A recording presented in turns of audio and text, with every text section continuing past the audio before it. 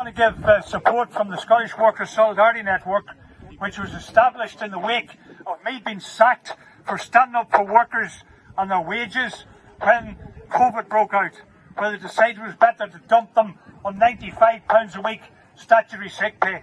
And I saw a living expression of solidarity of working people, combining and including prominently the RMT and the UCU, coming to my aid in that period of need.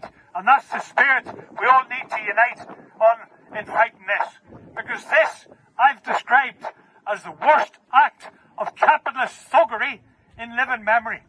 The last example I can remember off the top of my head was in about 1981 when Ronnie Reagan arrested striking air traffic controllers and manacled them, put them in chains, the expression of slavery, and paraded them on the television stations to cow the rest of the working class.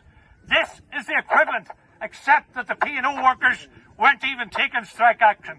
Sacked on the spot, sacked by video, and replaced by people, slave labour, on £1.80 an hour. And I think, therefore, it's quite right, as others said, we should blockade these pirates of profit if they tried to sail the ships and put demands that they reinstate the entire workforce. But I'll say one other thing, and say it very clearly. In my opinion, the idea that private profiteers should run the seas and account for 15% of British freight services, as well as passengers, is an obscenity.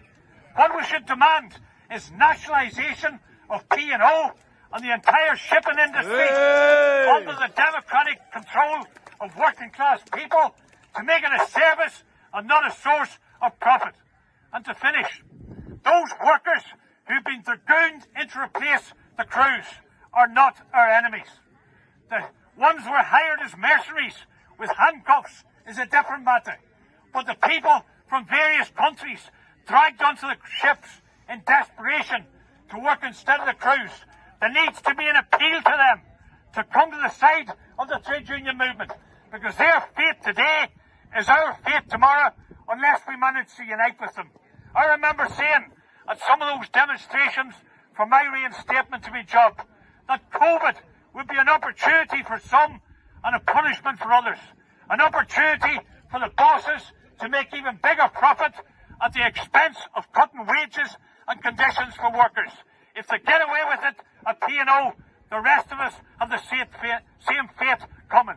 Stand firm, object to the sackings, demand reinstatement, blockade the pirates of profit, and demand nationalisation to win decent wages and conditions. Thanks.